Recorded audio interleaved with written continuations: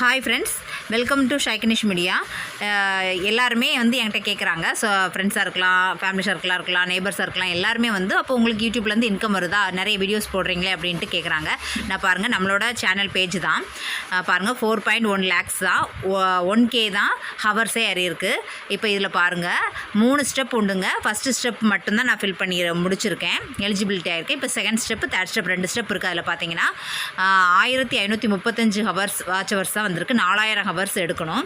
இதில் பார்த்தீங்கன்னா 2.7 lakhs தான் எனக்கு வியூவர்ஸ் வந்திருக்கு. அதில் பாருங்கள் 100 lakhs வியூஸ் வரணும். நான் எவ்வளோ ஃபில் பண்ண வேண்டியிருக்கு நீங்களே பாருங்கள். இது 3வது ஸ்டெப்பு.